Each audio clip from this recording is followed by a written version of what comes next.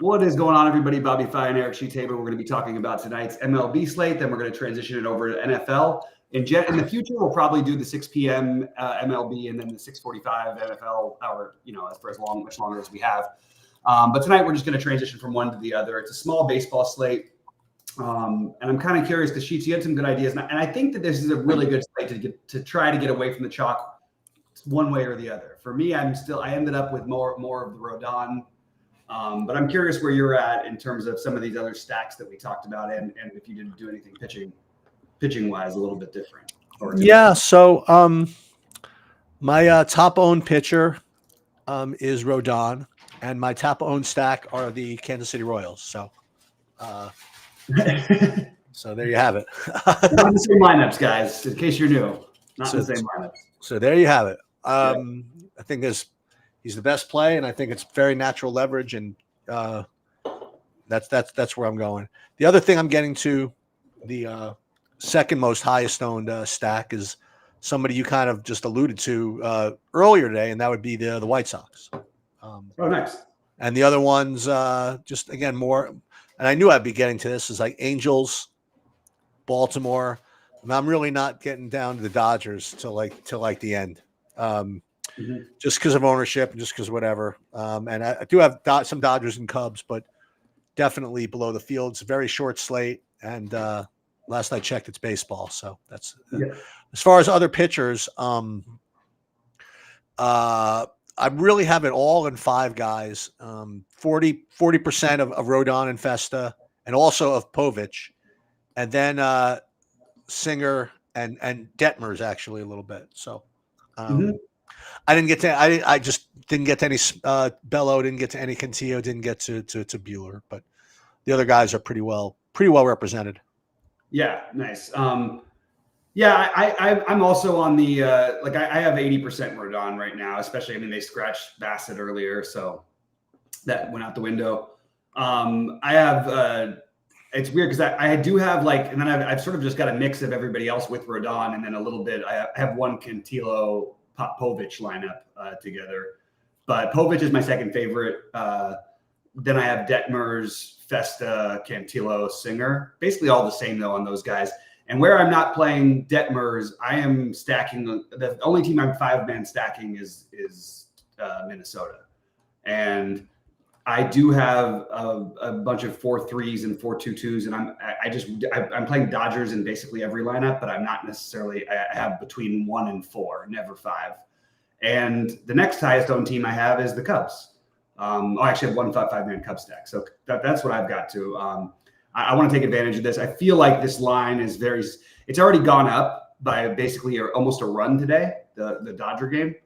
And it's the Cubs run line being as low as it is. I just don't know where they're getting that from because Buehler has not been right and the Cubs have been really good. But I'm going to be on the side of the Cubs, Dodgers, and primarily the Twins. That's my main team. I'll tell you this: when I was starting to build lineups, I was gonna, if I didn't make any changes, I'd be leaving just all kinds of money on the table for some reason. So I actually did change that a little bit. I did do a minimum of 49 too, which I don't do too often, but didn't feel comfortable with just leaving. I was leaving 2,000 on the table basically across the board. Right. Well, because everybody's so cheap. Right.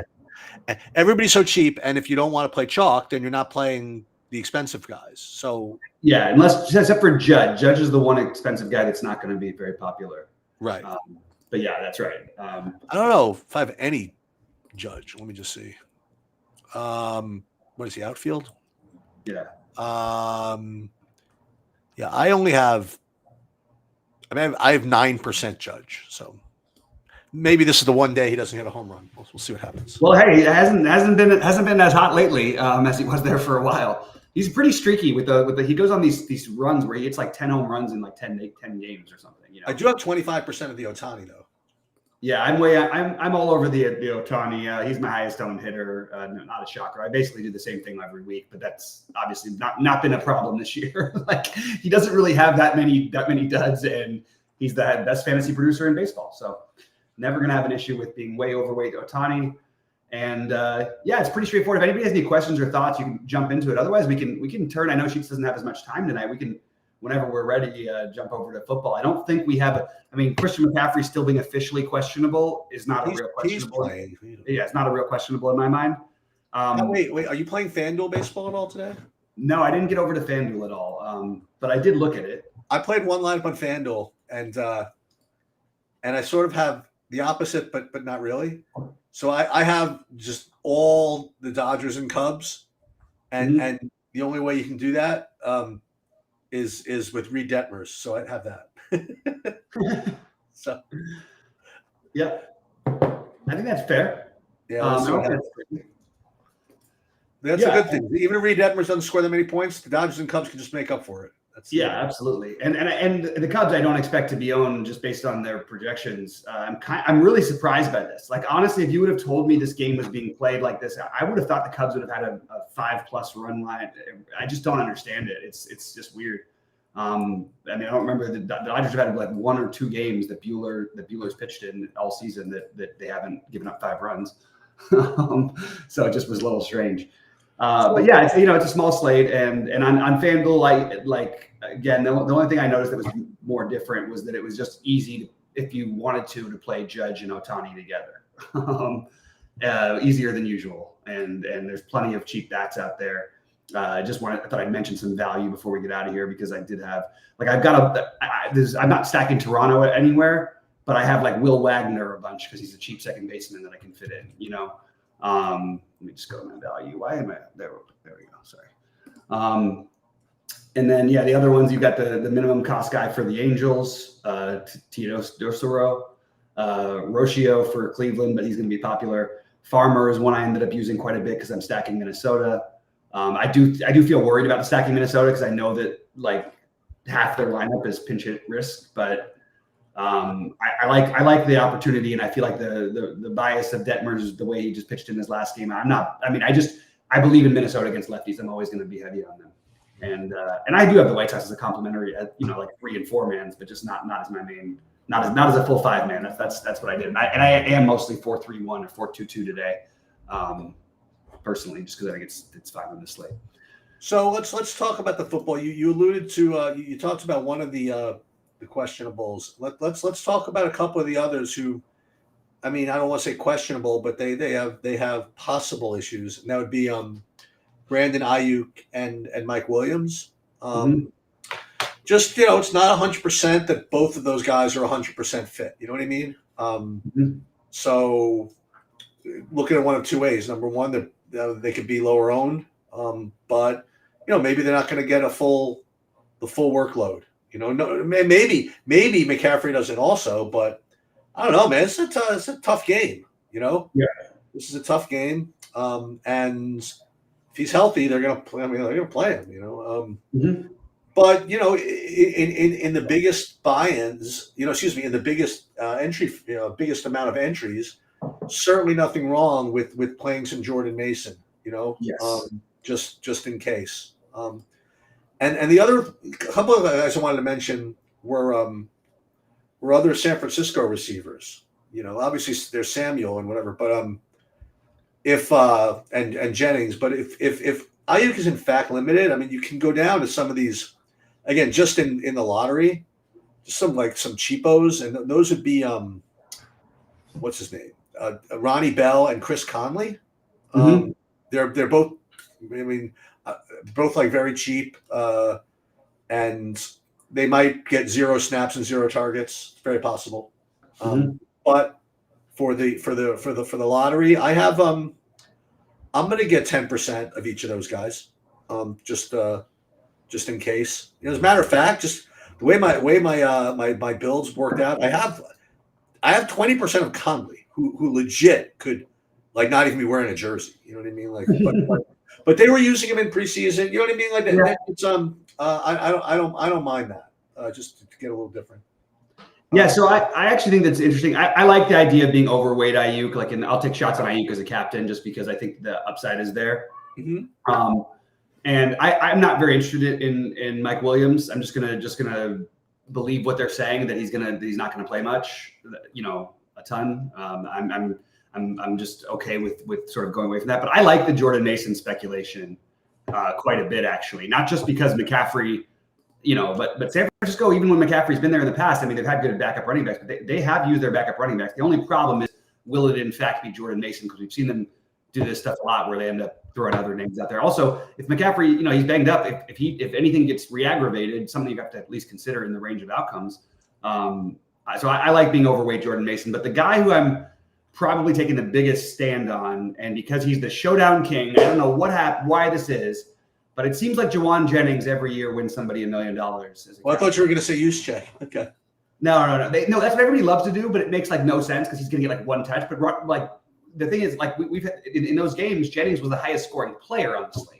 Right. I'm a little higher on Jennings, so I know it sounds a little bit like talking out of both sides of my mouth with the Ayuk thing, but Jennings is going to play some anyway, and I think he's an interesting contrarian captain option. Like I really do.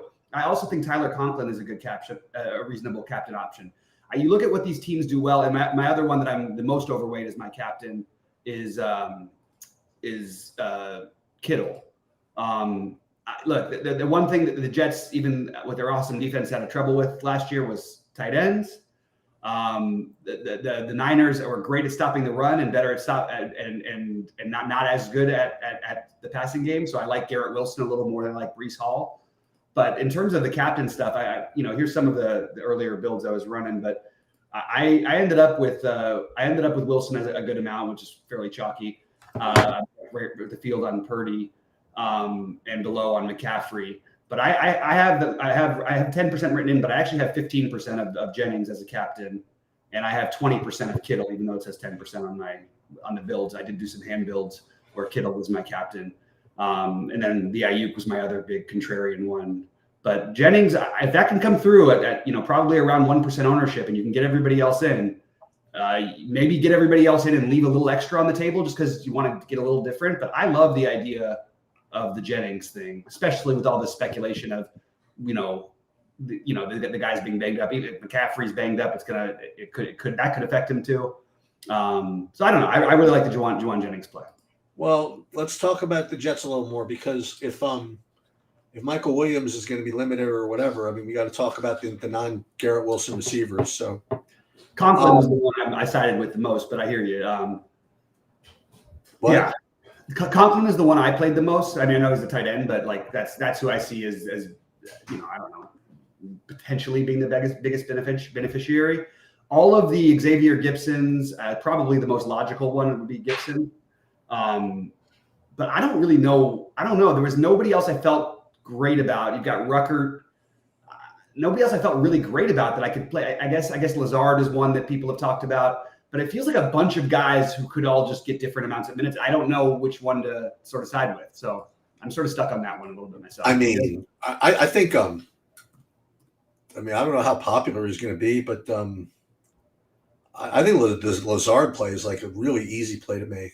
I don't know if this means anything, but Rodgers played 4 snaps last year. Played 4 snaps. Hasn't played for the Jets yet. He gets his first start against a freaking tough freaking team. I mean, to be able to throw to somebody freaking familiar is to me seems like something they probably want to do. So I agree with that point a lot. Actually, I like that sheet. I think that's something I'll definitely take into account here. I think that makes a lot of sense. Yeah. And you touched upon the 2 tight ends, the Rucker and Conklin. A guy that I'm not getting to, but I'll mention just because, listen, you have to mention everybody that's got a projection is this the Conley from the Jets. What is he, 1,200? I didn't play him, but he was getting like a little bit of a projection. Malachi Corley, sorry. And Isaiah Davis. Like, these are 2 guys. Davis is like the 4th string running back, I guess, or something like that. Yeah. But these are just 2 guys that have a projection that I'm just not playing. Right. So I figured I'd bring those guys up. But what you could do, I mean, similarly, if you were going to play some Jordan Mason, this guy's supposed to be pretty good. The backup to Breece Hall, the Braylon Allen. Mm-hmm. So again, in your 100th lineup or something like that, that's not a bad, it's not a bad thing to try. I'm not going to play him in like, any any buy-in above the lottery level, but nonetheless. Kickers, defenses probably going to be in play here, and specifically, I mean, I'll tell you that like if Jets defense captain wins the slate, no one's allowed to be complaining and surprised. So I actually manually put in the Jets defense and the Niners defense both as captains. So I've got them at 5%, but not that. Still, I agree with that. No one's. I mean, Purdy. You know what I mean? Like, you get the Jets in freaking hyper aggro mode. You know what I mean? But Purdy can accommodate this. You know what I mean? If things go the right way. So I mean, if in fact the Jets get like 2 pick sixes, no one's allowed to say, "Oh, here we go again, showdown." This is like actually in play today. You know, these are 2 very aggressive defenses. Yep.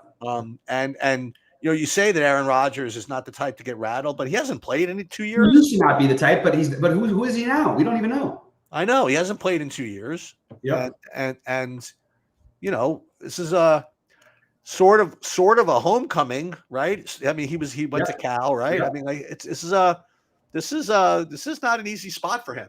You know, no. So agreed. Kickers, defenses, I mean, they're in play. I guess the real decision is what you do with these guys that could be limited, like the Ayuk. I think like Ayuk and Mike Williams. I think both of them they're probably going to be lower owned than they otherwise would be because of this. I don't know. Sorry, I like the Ayuk as the captain specifically for that reason, though, because that's where you can really get leverage on the field against the ownership. He's going to be very low owned as a captain. And it would not be the least bit surprising. I mean, he could catch 2 balls, and that would be enough. I mean, he had the most yards per catch of anybody in the NFL last year. There's no reason why Ayuk wouldn't be the highest scoring player on the slate. So if we're going to play him, I think we got to do a little captaining of him. One thing I will say also is that you know what's really open for business still. I mean, I'll tell you this. Like I watched the football this weekend. Saw the Kansas City Baltimore game. I saw the Rams game. I saw the Bears. I saw whatever. The best team in football moniker is very open up for debate and up and open for business. You know, nobody was beyond reproach this week. I don't think anybody would come out of this week and say, "Oh my God, XYZ is the best." I think a lot of people are doing that with Kansas City. I guess. But that's one possession away from 7 to 6. Right. But I think there's a lot of podcasts that I've listened to that have been, well, that they just beat the second best team in football. Like, I think there's a lot of people who think that Baltimore's, if not the second best, maybe the third best team. And it is up for debate. I mean, and I'll tell you something else, man. It's like I know it doesn't feel this way, but we talked about this during the noon thing. If like Jamison Williams is like legitimately like let loose this year, like he was yesterday. Yeah. And then you have like a legitimate like Jamison Williams, Amon-Ra St. Brown, Laporta, like receiving core with Goff slinging it around and Montgomery and Gibbs is probably the second best or third best running back in football. I mean that's and with the aggressive coaching and the defense. I mean, that's a team, and if that's a team, then the Rams are a team. You know, like this is. And I think that San Francisco, you know, they're going into every freaking season expecting them to the Super Bowl now, and they just can't quite get there. And people are expecting a lot of it. I mean, probably a little bit more of the Jets than I think they're ready to give. You know, I mean, I've heard like Super Bowl takes. I'm like, how about we make the playoffs? You know. Right. And step 1 foot forward before proclaiming that you're going to get to the Super Bowl ahead of Kansas City and Baltimore, for example. Right. But you know, the Jets are supposed to be improved. But I mean, it's a lot of teams look decent, but nobody really stood out as far as I was concerned. But we'll see. Yeah, I think that's fair. I agree with that. Like, I didn't think anybody was like, you know, there was no oh my God moments or anything like that. I think some teams are going to be better than people think. I think Indianapolis is better than people think, and I think that Houston's probably a little worse than people think. Hey, Cowboys handled Cleveland like pretty easily. I mean, I can't believe I felt bad for Deshaun Watson. I never thought I would. But his father died like a couple days ago too. Like, it's just. And then on top of it, playing one of the worst games in the history of quarterbacking, maybe. It was really hard to watch. It's kind of hard for me to feel bad for him, unfortunately. I know. Me too. But it was just like with the piling on and the fact that his dad had just died, like I just felt like, okay, this is a little. The Eagles looked kind of grim, even though they pulled out that win, didn't they? After a while, yeah, they pulled it out. They looked. That was a weird game. The whole surface thing was definitely an issue. Which thing? The turf. Everybody was slipping all over the place. It was wild. The Bears looked just okay. Caleb Williams looked just okay, but it's first game, Right. I kind of liked your guy. He took a lot of heat, but I didn't think he was that bad. The Jalen Daniels. I mean, he's just green, Yeah. It's not his fault. Anything that happened there. I didn't think he was that bad. Giants are just a disaster. The Giants are in really bad shape, and Sam Darnold looked like the best quarterback in the world for a while in that game. It was wild. I'll tell you who else who looked like really awful was Atlanta. Atlanta looked terrible, and Pittsburgh game managed their way to the game. And Vegas and the Chargers. I mean, the Chargers aren't going to amount to anything again. I mean, I think the Chargers will be more. I think they'll be competitive because their schedule isn't that bad. But Seattle looked very 9-7. Yep. I'll tell you who looked really. I mean, Carolina is going to be the 2-5. Carolina will have more losses than the Patriots, I think. Carolina is, and especially if the Patriots got off to their start that they did. What a predictable thing! I'm telling you though, this Bengals thing happens every year. We all have the same conversation. It's happened every year because they don't care. They think they'll go 1-4 and then no problem. And it's happened every year that he's been healthy. So I kind of see where they're coming from. So it's going to be. Listen, it'll be an interesting year. I think that I couldn't imagine. At the end of the day, it's probably going to come down to some variation of Mahomes. Right. Adding Xavier Worthy is that's nasty. It actually felt a little bit unfair. I mean, you got Worthy and obviously Rashid Rice is like legitimately the number one now, right? So. Yeah, Rashid Rice is definitely their guy. Yeah, but wait till Hollywood Brown gets there too, because he's the fourth fastest guy in football. Like, it's going to be just crazy to see them with that much speed. I mean, who knows if they'll even want it? They have so many other plays they can run behind the line of scrimmage. They don't really need to do that much, but whenever they want it, it's there, man. Mm-hmm. We got Deep Hope who nailed the last time he came in and said. So I'll say what he says. He has the Niners 28-17. Okay. Let me tell you. I want to tell you something. It's going to be tough to score 28 on the Jets. It is going to be tough. I bet the under in this game. I picked the just to say what I liked. I actually don't know how I talked myself into it, but I did talk myself into the Jets tonight, and I talked myself into the under. We'll see. I always feel like San Francisco is better as the season goes on.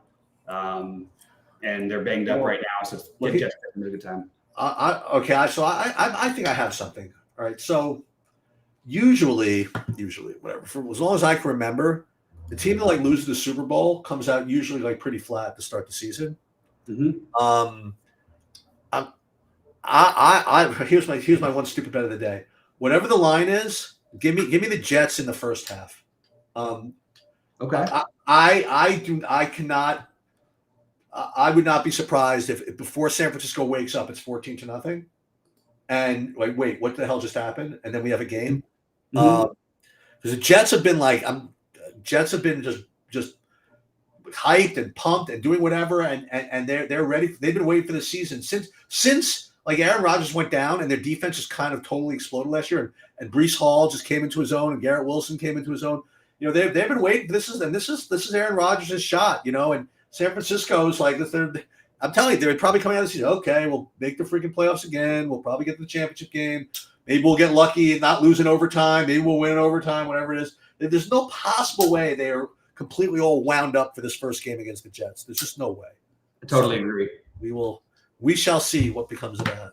Yeah, I agree with literally exactly what you said is exactly what went through my mind when I was deciding earlier. So whether it's right or wrong, it's something that I totally agree with. One thing I will say though, if you get Jets up 14-0, you do not want to be fading like McCaffrey and the captain.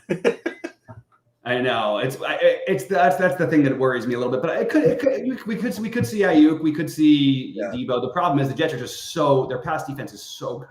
Yeah, it's just going to be tough. So I like the double running back thing a little bit. I like the I like the Lazard idea. I think that's what I'm going to end up doing actually in this build over here. Let's get some Lazard. Yeah, that makes sense. I think that's the right call. Let's do Lazard. Why not? And you're going to see, again, it was hard to see because I'm not a Jets fan, right? It was hard to see because their record was whatever last year. Those two guys, like Breece Hall and Garrett Wilson, they are legit. I mean, they are good. And they remember the Jets had not the remote sense of a quarterback last year, Right. And the defense, listen, defense cannot carry you in the NFL anymore, but they did their best. So we'll see. I think most people would tell you that they're the two best running backs in football, Breece Hall and McCaffrey.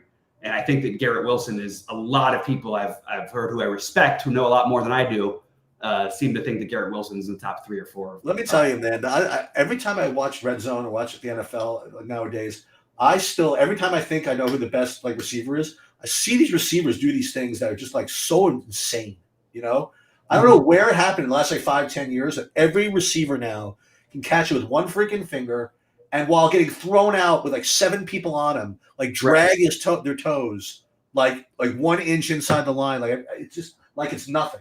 These guys are just ridiculous, all of them.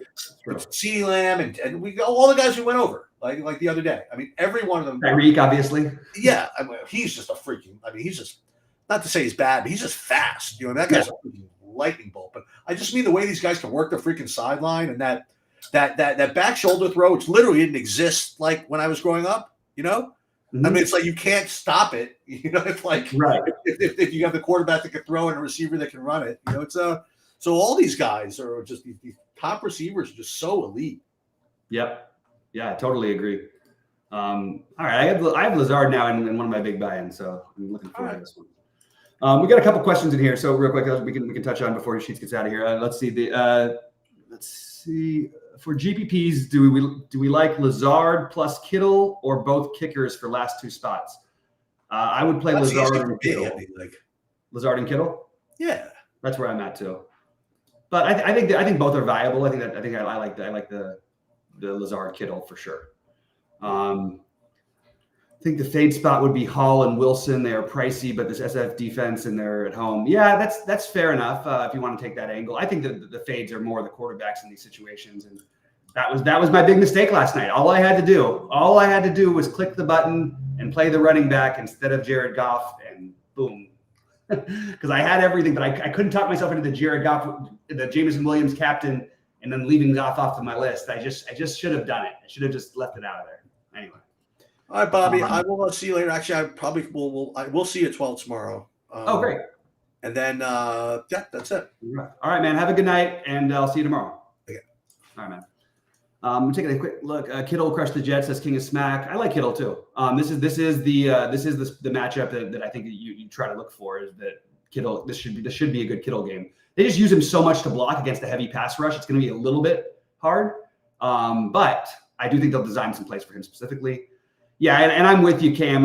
You've seen me talk about this. I cannot talk to another person trying to make an actual case for Francisco Lindor as MVP. It's absurd. It's insane.